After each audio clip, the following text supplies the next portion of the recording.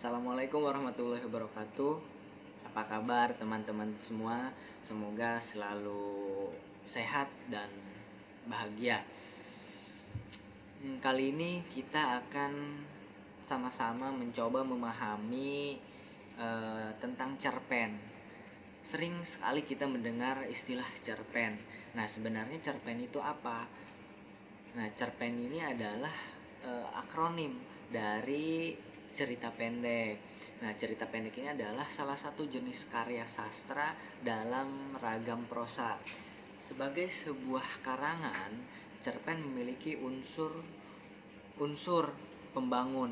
Unsur pembangun cerpen diantaranya ada unsur intrinsik. Nah, unsur intrinsik inilah yang kemudian eh, akan kita coba pahami. Kemudian nanti kita akan mencoba menganalisis unsur intrinsik dalam sebuah cerpen yang akan disajikan. Nanti kita sama-sama mendengarkan dan membaca bagaimana cerpennya. Dan nanti kemudian kita mencoba menganalisis apa saja unsur intrinsik yang terdapat dalam cerpen yang akan dibacakan.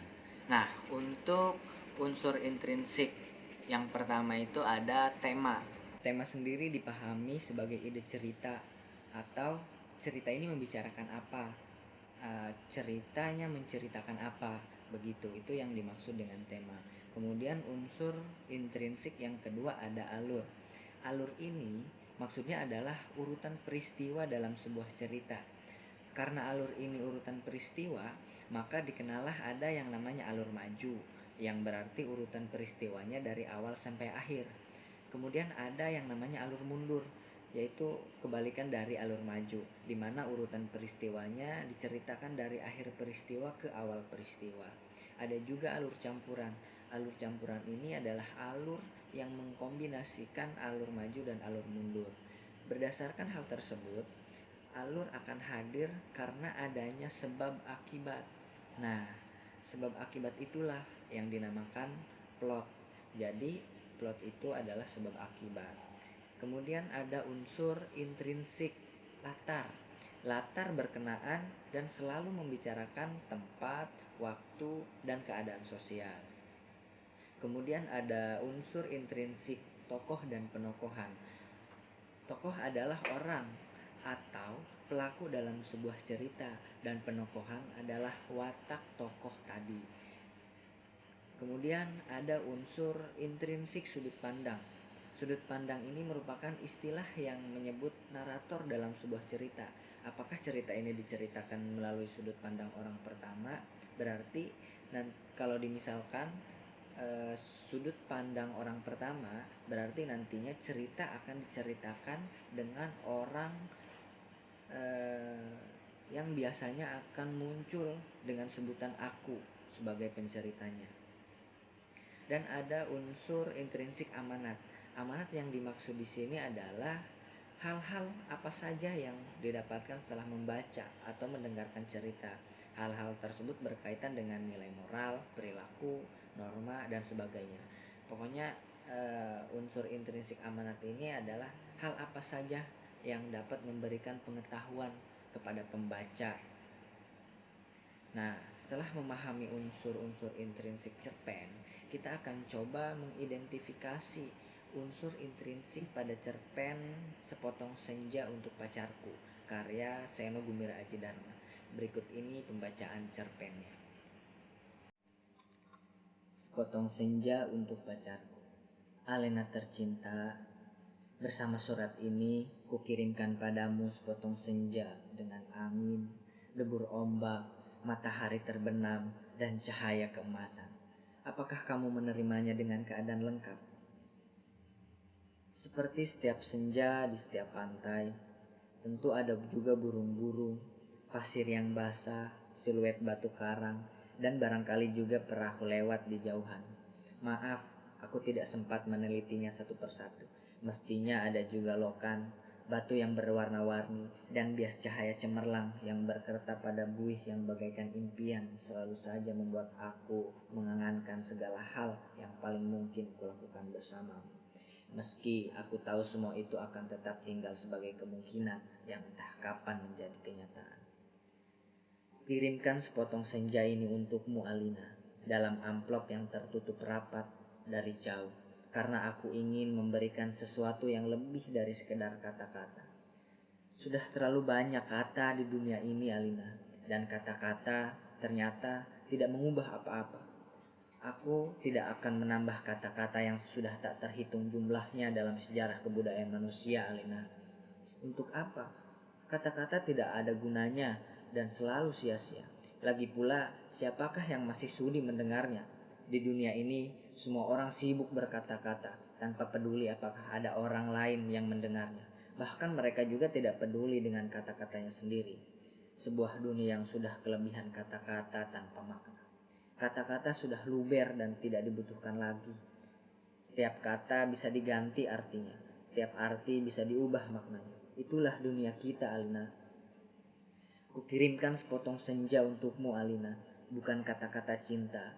Kukirimkan padamu sepotong senja yang lembut dengan langit kemerah-merahan yang nyata dan betul-betul ada dalam keadaan yang sama seperti ketika aku mengambilnya saat matahari hampir tenggelam ke balik cakrawala. Alina yang manis, Alina yang sendu, akan kuceritakan padamu bagaimana aku mendapatkan senja ini untukmu. Sore itu, aku duduk seorang diri di tepi pantai, memandang dunia yang terdiri dari waktu, memandang sebagaimana ruang dan waktu bersekutu, menjelmakan alam itu untuk mataku. Di tepi pantai, di tepi bumi, semesta adalah sapuan warna keemasan dan lautan adalah cairan logam. Meski buih pada debur ombak yang menghempas itu tetap saja putih seperti kapas, dan langit tetap saja ungu, dan angin tetap saja lembab dan basah, dan pasir tetap saja hangat ketika kuusapkan kakiku ke dalamnya. Kemudian tiba-tiba senja dan cahaya gemetar, keindahan berkutat melawan waktu, dan aku tiba-tiba teringat padamu. Barangkali senja ini bagus untukmu, pikirku. Maka kupotong senja itu sebelum terlambat. Kukerat pada 4 sisi, lantas kumasukkan ke dalam saku. Dengan begitu, keindahan itu bisa abadi dan aku bisa memberikannya padamu. Setelah itu aku berjalan pulang dengan perasaan senang. Aku tahu kamu akan menyukainya karena kamu tahu itulah senja yang selalu kamu bayangkan untuk kita. Aku tahu kamu selalu membayangkan hari libur yang panjang, perjalanan yang jauh, dan barangkali sepasang kursi malas pada sepotong senja di sebuah pantai, di mana kita akan bercakap-cakap sembari memandang langit sambil berangan-angan, sambil bertanya-tanya, apakah semua ini memang benar-benar telah terjadi? Kini senja itu bisa kamu bawa kemana-mana. Ketika aku meninggalkan pantai itu, kulihat orang-orang datang berbondong-bondong. Ternyata mereka menjadi gempar karena senja telah hilang. Kulihat cakrawala itu berlubang sebesar kartu pos. Alina sayang, semua itu telah terjadi dan kejadiannya akan tetap seperti itu. Aku telah sampai ke mobil ketika di antara kerumunan itu kulihat seorang menunjuk-nunjuk ke arahku. Dia yang mengambil senja itu. Saya lihat dia mengambil senja itu. Kulihat orang-orang itu melangkah ke arahku. Melihat gelagat itu, aku segera masuk ke mobil dan tancap gas. Catat nomornya, catat nomornya. Aku melejit ke jalan raya. Ku kebut mobilku tanpa perasaan panik. Aku sudah berniat memberikan senja itu untukmu dan hanya untukmu saja, Alina. Tak seorang pun boleh mengambilnya dariku. Cahaya senja yang keemasan itu berbinar-binar di dalam saku. Aku merasa cemas karena meski kaca mobilku gelap, tapi cahaya senja tentu cukup terang dilihat dari luar. Dan ternyata cahaya senja itu memang menembus segenap cahaya dalam mobilku, sehingga mobilku itu meluncur dengan nyala cemerlang ke aspal maupun ke angkasa. Dari radio yang kusetel, aku tahu berita tentang hilangnya senja telah tersebar kemana-mana. Dari televisi dalam mobil, bahkan kulihat potretku sudah terpampang. Aduh, baru hilang satu senja saja sudah paniknya seperti itu. Apa tidak bisa menunggu sampai besok? Bagaimana kalau setiap orang mengambil senja untuk pacarnya masing-masing? Barangkali memang sudah waktunya dibuat senja tiruan yang bisa dijual di toko-toko, dikemas dalam kantong plastik dan dijual di kaki lima. Sudah waktunya senja diproduksi besar-besaran supaya bisa dijual anak-anak pedagang asongan di perempatan jalan. Senja, senja, cuman 1.003. Di jalan tol, mobilku melaju masuk kota. Aku harus hati-hati karena semua orang mencariku. Sirine mobil polisi meraung-raung di mana-mana. Cahaya kota yang tetap gemilang tanpa senja membuat cahaya kemasan dari dalam mobilku tidak terlalu kentara. Lagi pula, di kota tidak semua orang peduli apakah senja hilang atau tidak. Di kota kehidupan berjalan tanpa waktu, tidak peduli pagi, siang, sore atau malam. Jadi tidak pernah penting senja itu ada atau hilang. Senja cuma penting untuk turis yang suka memotret matahari terbenam. Boleh jadi hanya demi alasan itulah senja yang kubawa ini dicari-cari polisi. Sirine polisi mendekat dari belakang. Dengan pengeras suara, polisi itu memberi peringatan. Pengemudi mobil Porsche abu-abu metalik nomor SG 19658A harap berhenti. Ini polisi. Anda ditahan karena dituduh telah membawa senja. Meskipun tak ada aturan yang melarangnya, tapi berdasarkan aku tidak sudi mendengarnya lebih lama lagi. Jadi kubilas dia sampai terpental keluar pagar tepi jalan. Tancap gas dan menyalip-nyalip dengan lincah di jalanan. Dalam waktu yang singkat, kota sudah penuh raungan sirine polisi. Terjadi kejar-kejaran yang seru. Tapi aku lebih tahu seluk-beluk kota, jalanan dengan cahaya yang bermain warna, gang-gang gelap yang tak pernah tercatat dalam buku alamat, lorong-lorong rahasia yang hanya diperuntukkan bagi orang-orang di bawah tanah. Satu mobil terlempar di jalan layang. Satu mobil lain tersesat di sebuah kampung, dan satu mobil lagi terguling-guling menabrak truk dan meledak lantas terbakar. Meski ada 2 polisi bersepeda motor mengejarku, ini soal kecil. Mereka tak pernah bisa mendahuluiku, dan setelah kejar-kejaran beberapa lama, mereka kehabisan bensin dan pengendaranya cuma bisa memaki-maki. Kulihat senja dalam saku bajuku, masih utuh. Angin berdesir, langit semburat ungu, debur ombak menghempas ke pantai. Hanya padamulah senja ini kuserahkan Alina. Tapi Alina, polisi ternyata tidak sekonyol yang kusangka. Di segenap sudut kota mereka telah siap siaga. Bahkan aku tak bisa membeli makan untuk mengisi perutku. Bahkan di langit tanpa senja, helikopter mereka menyorotkan lampu di setiap celah gedung bertingkat. Aku tersudut dan akhirnya nyaris tertangkap, kalau saja tidak ada gorong-gorong yang terbuka. Mobilku sudah kutinggalkan ketika memasuki daerah kumuh itu. Aku berlari di antara gudang, rumah tua, tiang serta temali. Terjatuh di atas sampah, merayapi tangga-tangga reot, sampai seorang gelandangan menuntunku ke suatu tempat yang tak akan pernah kulupakan dalam hidupku. Masuklah, katanya tenang. Di situ kamu aman. Ia menunjuk gorong-gorong yang terbuka itu. Ada tikus keluar dari sana. Bahaya. Hanya bacin dan pesing. Ku tengok ke bawah, kulihat kelelawar bergantungan. Aku ragu-ragu, namun deru helikopter dengan lampu sorotnya yang mencari-cari itu melenyapkan keraguanku. Masuklah, kamu tidak punya pilihan lain. Dan gelandangan itu mendorongku. Aku terjerembab jatuh. Bau busuknya bukan main. Gorong-gorong itu segera tertutup dan ku dengar gelandangan itu merembahkan dirinya di atasnya. Lampu sorot helikopter menembus celah gorong-gorong, tapi tak cukup untuk melihatku. Kuraba senja dalam kantongku. Cahayanya yang merah keemasan membuat aku bisa melihat dalam kegelapan. Aku melangkah dalam gorong-gorong yang rupanya cukup tinggi juga. Kusibukkan kelelawar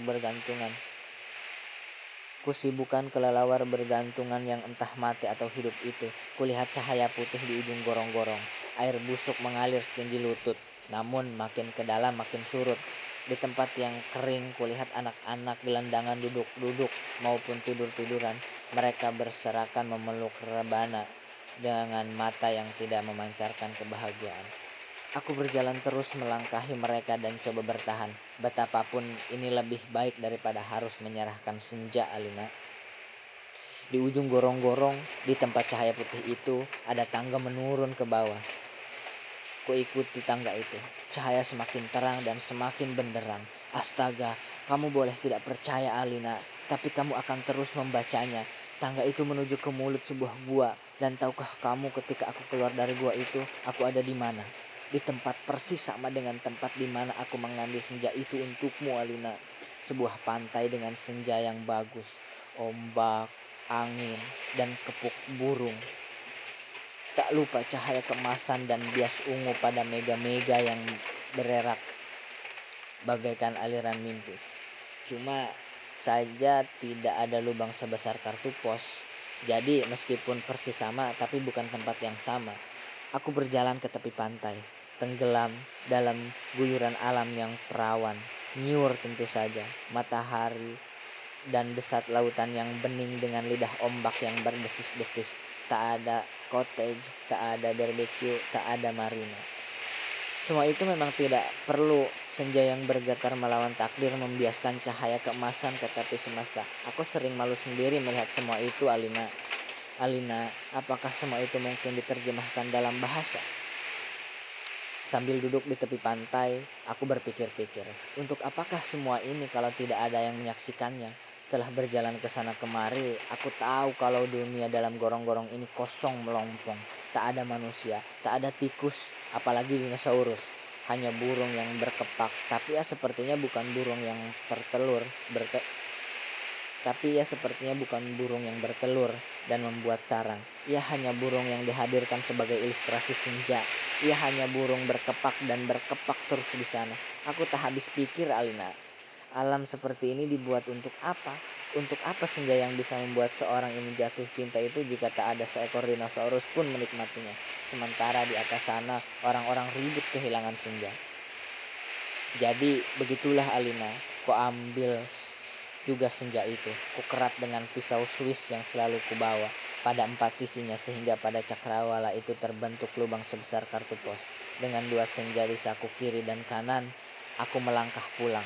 Bumi berhenti beredar di belakangku menjadi kegelapan yang basah dan bacin. Aku mendaki tangga kembali menuju gorong-gorong bumiku yang terkasih.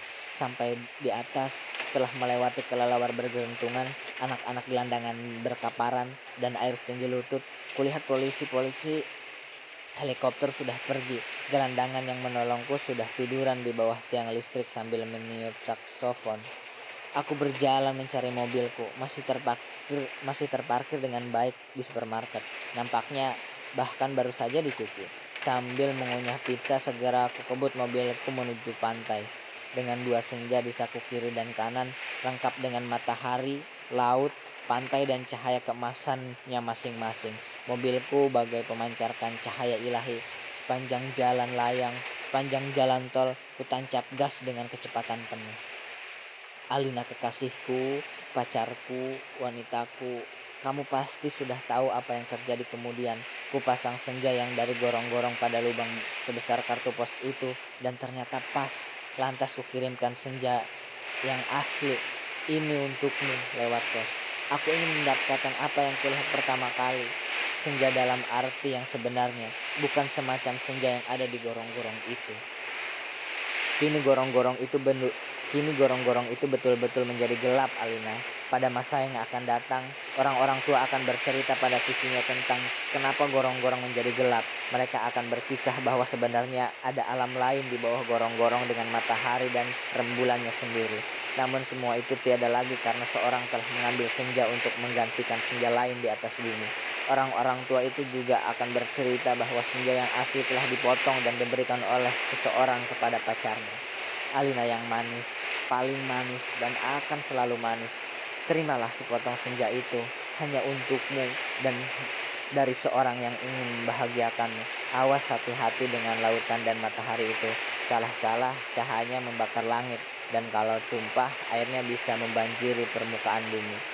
Dengan ini kukirimkan pula kerinduanku padamu dengan cium, peluk, dan bisikan terhangat dari sebuah tempat yang paling sunyi di dunia.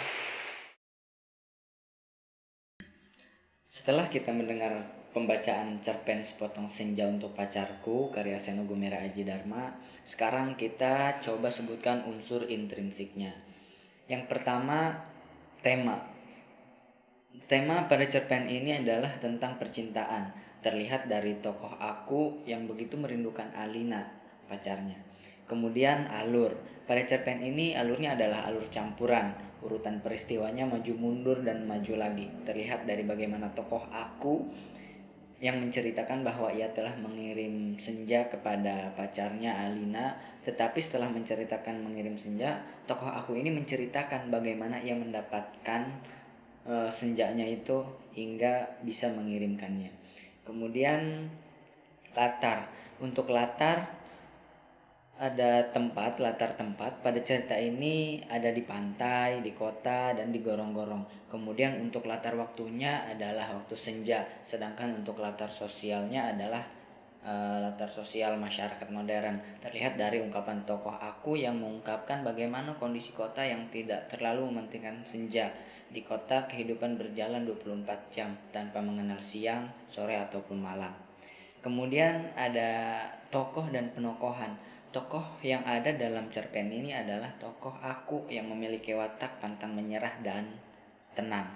Kemudian ada Alina, ada tokoh polisi yang berwatak keras. Kemudian ada gelandangan yang pengertian dan penolong. Kemudian sudut pandang dalam cerpen ini ada memakai sudut pandang orang pertama. Terlihat bagaimana narasi yang disajikan atau ada tokoh aku yang menjadi pencerita. Yang terakhir ada unsur intrinsik amanat.